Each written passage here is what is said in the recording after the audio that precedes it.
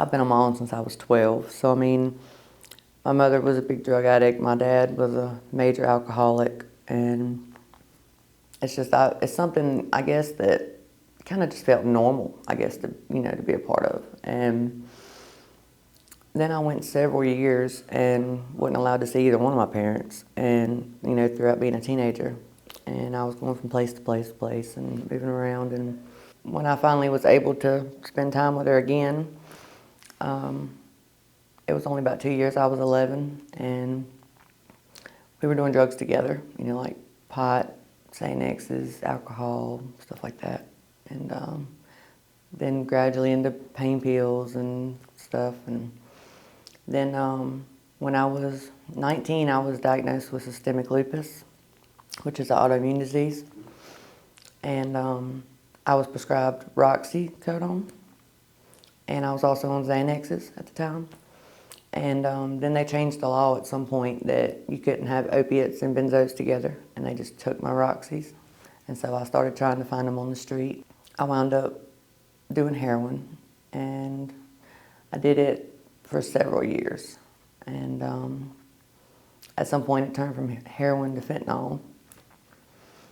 And so it's been a little over 10 years that, between heroin and fentanyl that I used.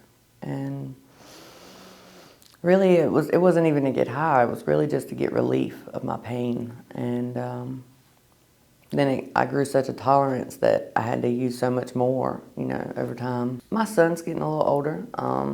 He's 11, and like I said, I was 11 when I started, and I don't want the same thing for my son. I don't want my son to think that, that's one thing I've never done. I've never done anything in front of my son. I've never done anything with my son. I've never even let it be acknowledged that it was even around, Like I said, he's getting older and more aware of everything, and I just couldn't even let it be a possibility that anything repeat itself, So I just wanted to nip it in the bud and better my life, and for me and him. I heard about this place opening, and I was like, well, I wanted to change. I wanted to have a better life for me, for my son, and so I started coming here, and it's worked tremendously. It's a wonderful experience. I mean, I know everyone that works here I know by name, by heart, like you said, and I've built a relationship with all of them on a personal level, and they make you feel very welcome. They don't judge you, and that's a big thing for me. Like, if I go somewhere, I want to feel comfortable. I don't want to feel like I'm a burden or that I'm being judged just by them looking at me. Like, they don't even know me from Adam, but just because they know I have a past with drugs, instantly, like I'm this horrible person, or, and that bothers me a lot. Just because I use drugs doesn't make me a bad human being.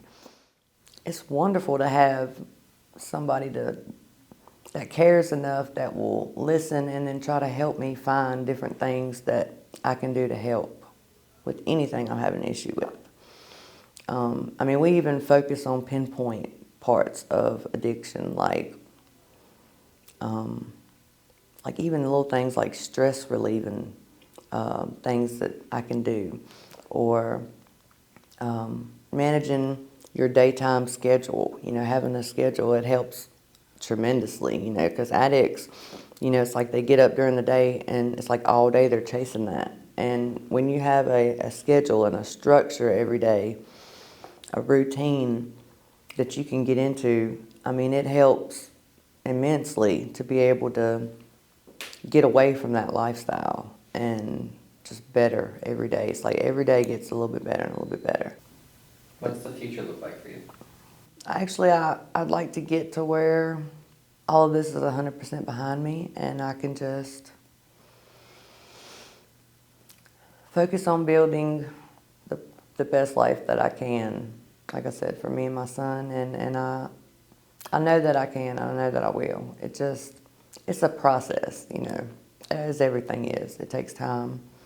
You can't just go from one drastic end to the other in a day. I mean, but I definitely am excited because, like I said, I've never had a support system. I've never had